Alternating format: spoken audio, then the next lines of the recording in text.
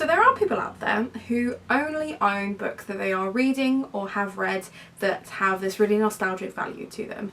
They are people that live the minimalist lifestyle, or they only ever use library books or Audible books. This is not the book tag for those people. This is the book tag for the hoarders, the nostalgic people that can't let go of anything. This is the book tag for me.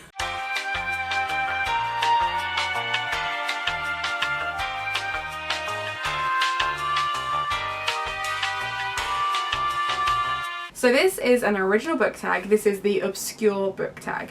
Because I was having a look and quite a few book tags have very similar prompts, or we end up talking about the same books over and over again. And if you're anything like me, you've got a whole bunch of books that you don't know why you own them, and they'll never come up in a book tag. They'll never come up as like a relevant thing to talk about. That's what this is. So this is a collection of tags for those books that you're like, I have them. No one knows why I have them, not even me, but here they are, and here they are.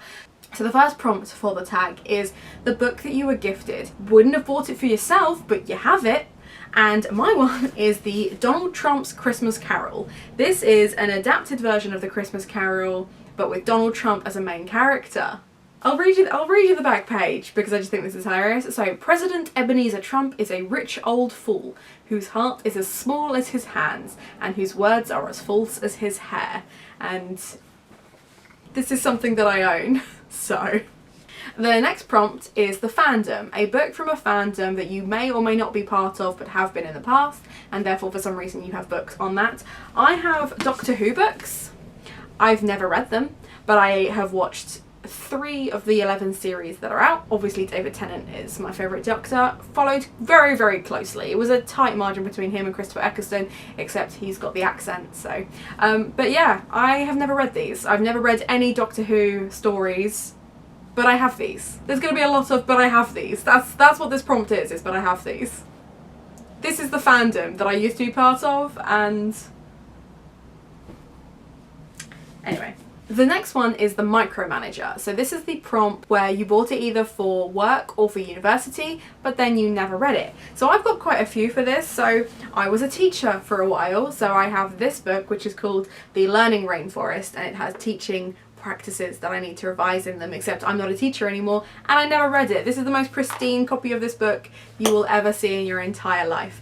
I also have Networking for Dummies, which I got from a charity shop because I thought I would need it, and then turns out I'm actually quite good at networking and I've never read this, so it looks like one of the old yellow pages, like it's unnecessarily chunky. I'm never going to read it.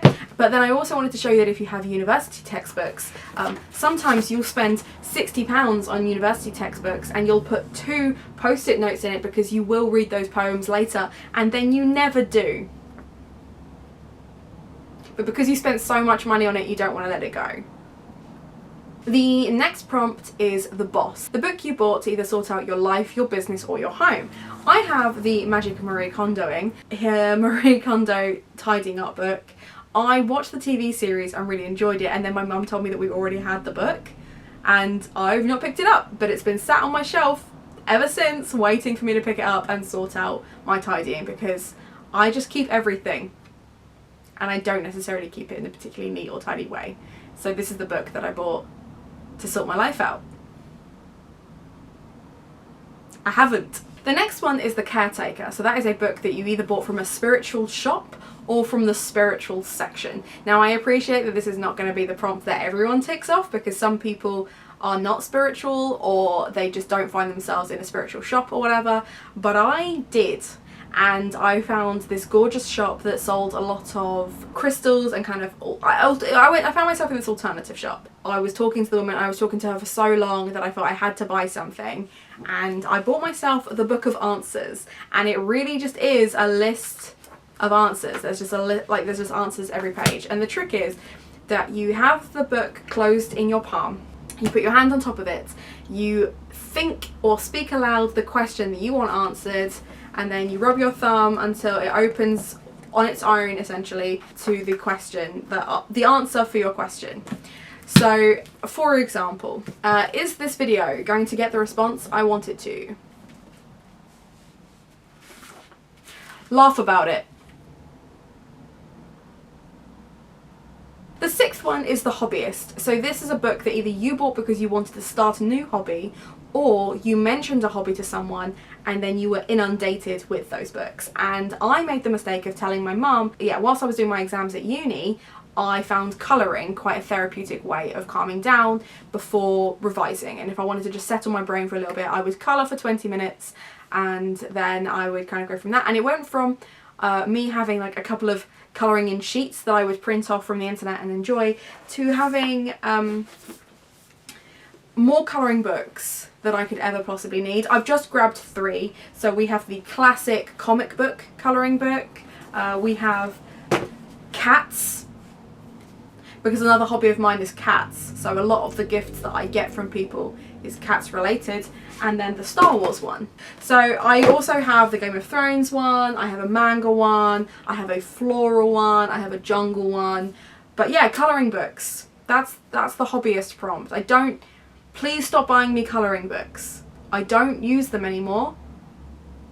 I just let my stress fester like everyone else. The 7th prompt is The Serial Killer. It's the book that you put away because if you had it just left out on the coffee table, people would think you were a serial killer. My brother did a sports science degree, so we have an awful lot of books on anatomy, but the one that made me think, oh yeah, no, that makes us look like serial killers, is Anatomy and Physiology for Dummies. There's just something about this that just screams wannabe serial killer to me. I don't know what it is. Maybe it's the very basic way they explain how to deal with the body. I guess it's, you know, if you find yourself with a dead body for some reason and you need to know how to deal with that, this might be the book that you reach for.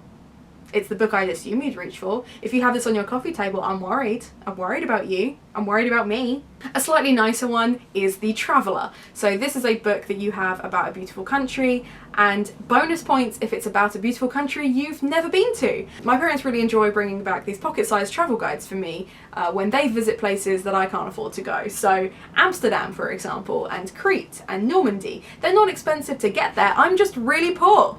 So yeah, do you have any nice travel books of places you would like to go but haven't been to yet because we're in yet another recession? And then the last one.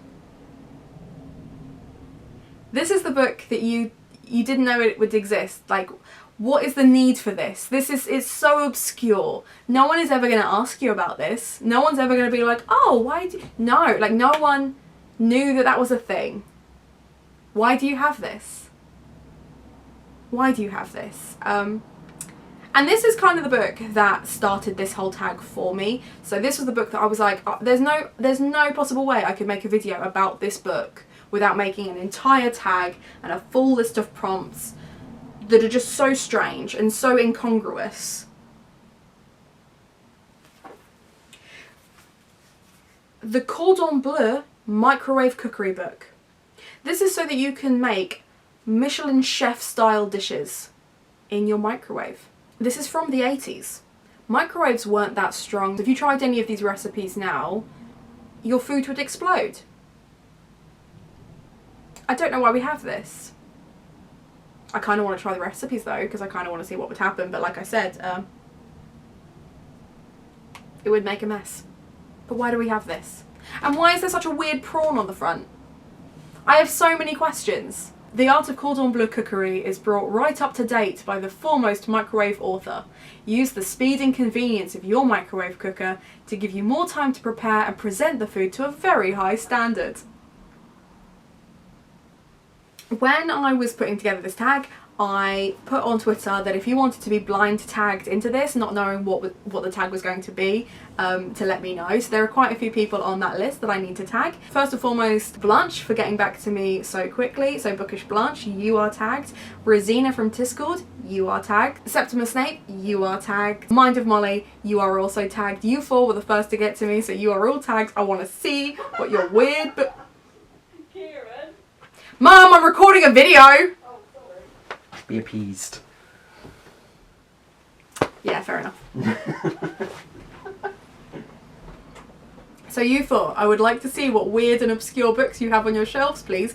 I know that quite a few of you have done some unhauls and some book buying recently, but I want to know what those weird, super dusty, creepy books are that are on your shelves. This tea's really hot.